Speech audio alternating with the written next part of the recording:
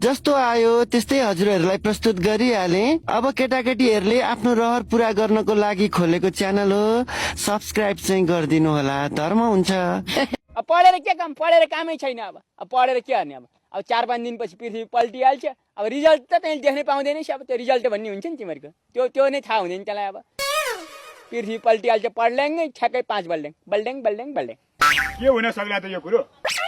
पढाए पाठ 16 दुना 8 भने जस्तो। पत्याउँदैनस् भने मैले के हार्नु त? अब के कुरा गर्छ यार यो माग्ने बुढो पनि।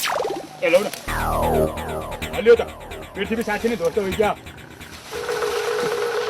ए पढाइबाट गयो क्या हो?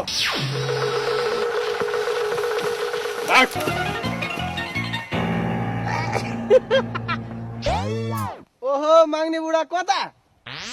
म त अब कता न कता, बरु ब्याज पश्चात चाहिँ कता?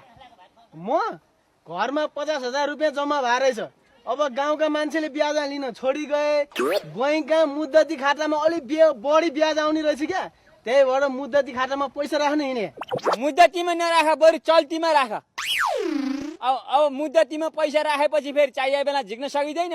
अब पृथ्वी पल्ट्यो भनेर चाहिँ पैसा झिक्न जानु पर्ला। पैसा भने बेला झिक्न मिल्दैन, अड्किन्छ ती। अब पैसा मुद्दती खातामा, ब्याज पश्चात बारीको पाटामा होला भने डर भयो।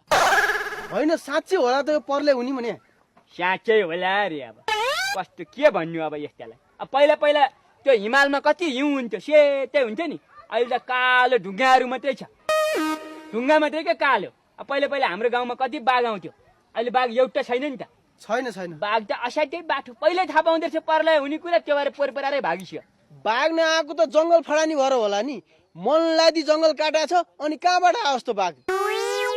अब छोरछोरीहरूलाई बाघ यस्तो हुन्छ भनेर देखाउनु पर्यो भने बिरालो देखाउनु पर्ने भइसक्यो। सियाल त आउन छोडिसक्यो जङ्गलमा। नपत्याउनेलाई के भन्नु?